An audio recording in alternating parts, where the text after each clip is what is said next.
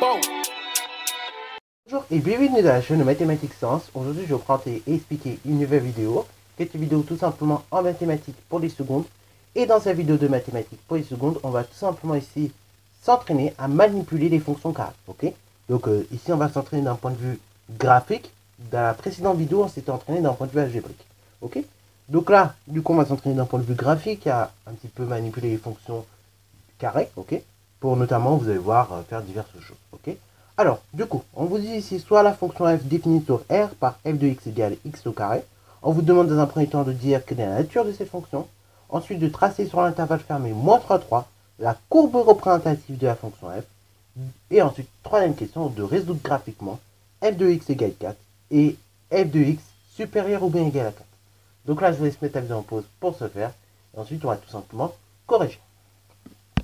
Sur ce donc, correction. Alors on va commencer avec la toute première question, quelle est la nature de cette fonction.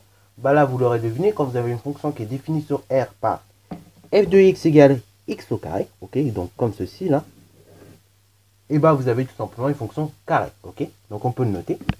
Donc première question, voilà, on peut le noter, il s'agit de la fonction carrée. Alors, seconde question, on demande de réaliser la courbe représentative de la fonction f sur l'intervalle moins 3, 3. Oui, on va pas le faire sur tout l'ensemble de définition, ça prendrait beaucoup trop de temps. Par contre, on peut le faire sur un petit intervalle. Ok. Donc, quand on a une courbe représentative de fonction à faire, je vous conseille toujours pareil de partir d'une base. C'est-à-dire au moins d'avoir un petit tableau en fait dans lequel vous allez indiquer des valeurs. Ok. On appelle ça d'ailleurs un tableau de valeurs si on veut être plus précis.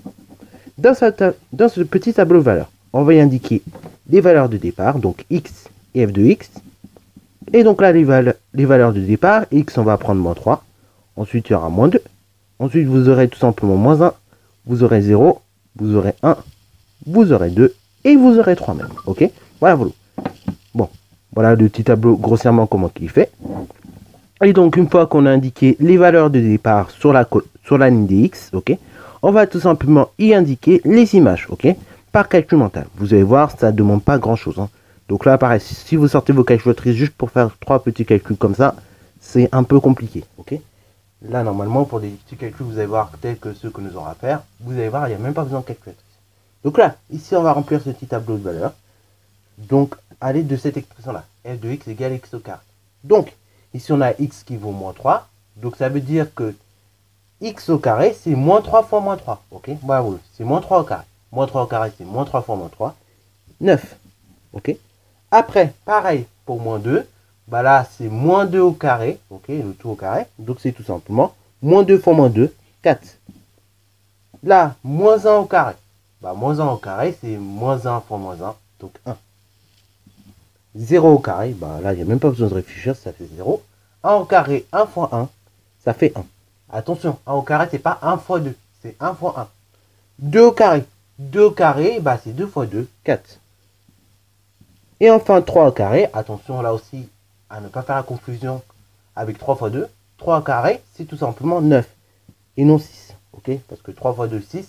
Ok, mais là, 3 au carré, c'est 3 fois 3, donc 9. Voilà, voilà. Donc on a un petit tableau de valeurs.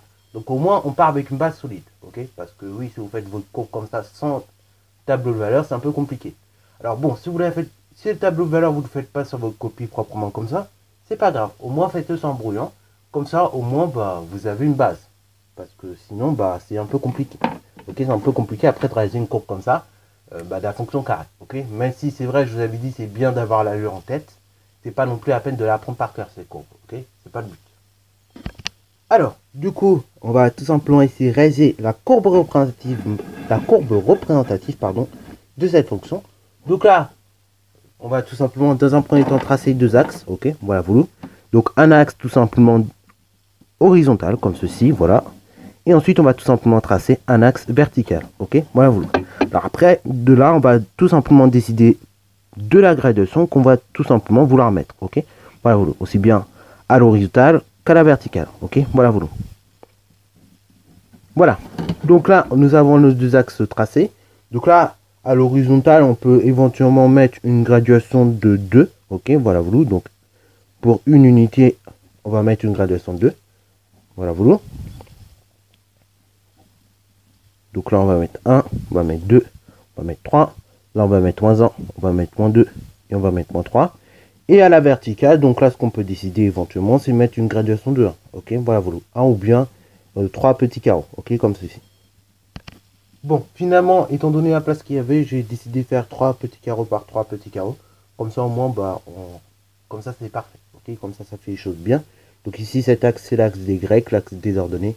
Et là, cet axe-là, c'est tout simplement l'axe des abscisses, donc l'axe des X. Ok. Alors donc maintenant, on va tout simplement placer nos points en quelque sorte. Ok. Donc là, je vais commencer par placer mon point de coordonnées -3, 9. Oui, parce que je vous rappelle, les coordonnées d'un point dans un repère, lorsque vous tracez la courbe représentative de votre fonction, et ben en abscisse, vous avez tout simplement le nombre de départ, x, et en ordonnée, donc vous avez l'image de l'abscisse, ok, du nombre indiqué en abscisse, c'est-à-dire tout simplement f de x. Donc les coordonnées d'un point de la courbe, c'est tout simplement x, f de x. Donc x, ça vaut, il vaut -3, tandis que f de x, vous voyez, il vaut tout simplement 9. Voilà, donc là, je place mon premier point. Ensuite, je vais placer mon second point, donc de coordonnées -2, 4. Donc là, le second point de coordonnées -2, 4, juste ici. Et après, je place mon troisième point de coordonnées -1, 1. Voilà, juste ici. Après, on place le point de coordonnées 0, 0. Il est là. Et après, on renouvelle l'opération. Donc, le point de coordonnées 1, 1. Le point de coordonnées 2, 4. Et ensuite, le point de coordonnées 3, 9. Voilà, alors vous remarquerez que cette courbe-là, elle est symétrique en effet par rapport à l'axe des ordonnées. Et oui, tout simplement, on l'a démontré dans la vidéo de façon algébrique, mais en fait, vous avez tout simplement une fonction qui est paire. Ok, la fonction carré, elle est paire pour tout x de R. Ok, voilà, voilà, pour tous les réels x. Et comme elle est paire, dans ce cas-là, ça induit qu'au niveau de la représentation graphique, on a tout simplement une courbe qui est symétrique par rapport à l'axe, tout simplement, des ordonnées. Ok, voilà, voilà. Donc là, maintenant, on va tout simplement réaliser la courbe au mieux possible. Hein. Voilà, voilà. Alors, encore une fois, ça ne donnera jamais un truc précis, mais ça vous donnera quand même une approximation, une idée de ce que ça doit être. Ok, voilà, voilà. Alors, ce ne sera jamais tracé aussi précisément pour une simple bonne raison. C'est que voilà, c'est pour des raisons de convexité, notamment, comme vous pouvez le voir, et aussi des raisons d'habitude, à faire des choses convexes, justement. Ok. Donc voilà, vous voyez, la courbe, elle est tracée. Donc en général, ça ne prend pas beaucoup de temps à faire. Petit tableau valeur. Ensuite, vous faites vos axes. Vous déterminez comme ça l'échelle que vous voulez prendre sur vos axes. Et après, vous placez vos points. Vous les reliez à main levée, bien évidemment, puisque là, vous n'avez pas tout simplement de choses droites. Ok, les points ne sont pas alignés. Et après, voilà, vous avez la courbe. Alors d'ailleurs, on peut la nommer. Elle s'appellera tout simplement CF. Pour courbe représentative de la fonction f. Ok. Alors donc, ici, on nous demande de résoudre graphiquement deux choses. Ok, alors on va commencer par la première chose, donc il s'agit d'une équation, c'est-à-dire l'équation suivante, f de x égale 4. Alors donc là, résoudre une telle équation, f de x égale 4, en quelque sorte, c'est déterminer les antécédents de 4 par la fonction f. Ok, autrement dit, donc, si on pouvait être un peu plus rigoureux, on dirait que c'est tout simplement les abscisses des points de la courbe dont l'ordonnée est 4. Ok, donc ça, on peut le mettre en termes de justification, si vous voulez. Donc, les solutions sont les abscisses des points de la courbe dont l'ordonnée est 4. Ok.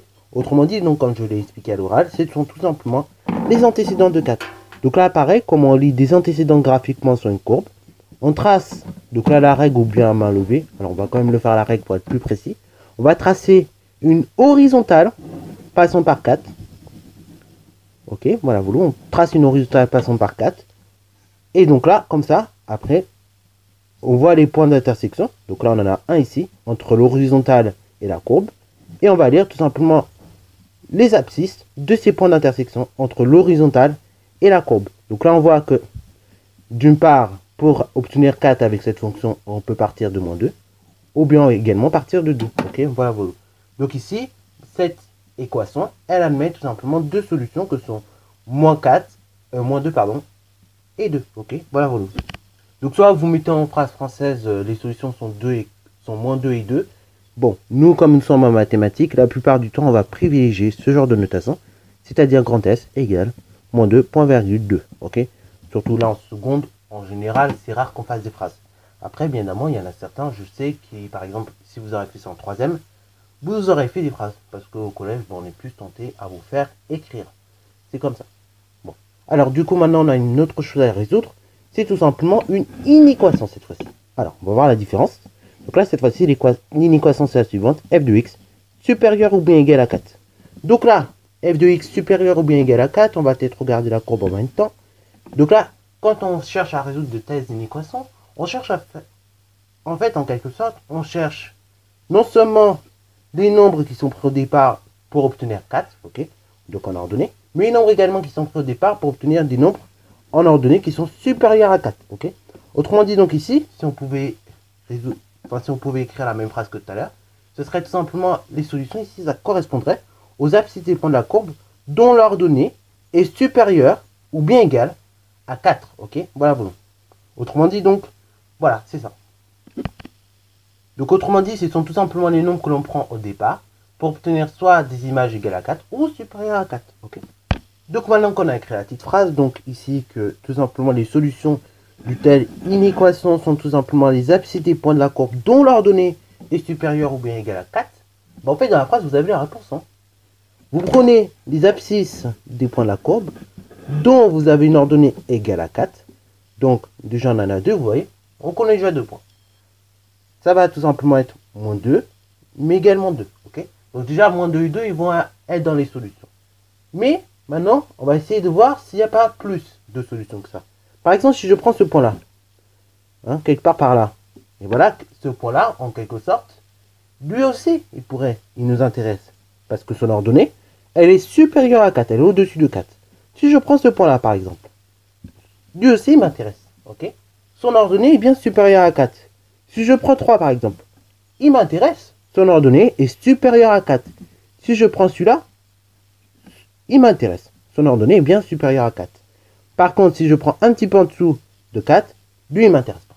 En fait, tout simplement, les solutions donc du telle inéquation, ça va être l'intervalle fermé moins 3, 2. Ok, d'une part. Mais il n'y a pas que.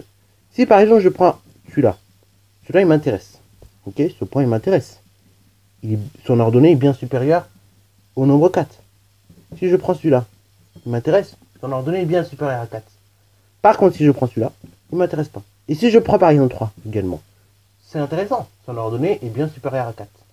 En fait, là pareil, ce qui va m'intéresser, c'est tout simplement l'intervalle fermé de 3. Ok. En fait, les solutions seront tout simplement l'intervalle moins 3, 2 et également l'intervalle de 3.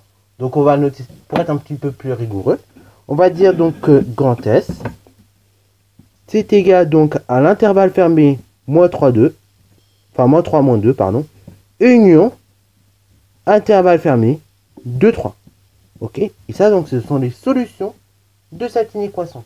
Si par malheur, justement, on n'aurait pas mis le supérieur ou égal, mais juste supérieur, et bien là, au niveau du moins 2 et au niveau du 2, le crochet aurait été ouvert, puisque là, bah, le point dont l'ordonnée, le point de la courbe dont l'ordonnée vaut 4 n'est pas intéressant. Là, il m'intéresse, puisque bah, là, on veut les points de la courbe dont l'ordonnée vaut 4, mais également dont l'ordonnée est supérieure à 4. Ok. Voilà, voilà. Bon, sur ce, c'est la fin de cette vidéo. J'espère qu'elle t'a plu. Si c'est le cas, n'hésitez pas à la liker, commenter et bonne à toi en mathématiques et en sciences.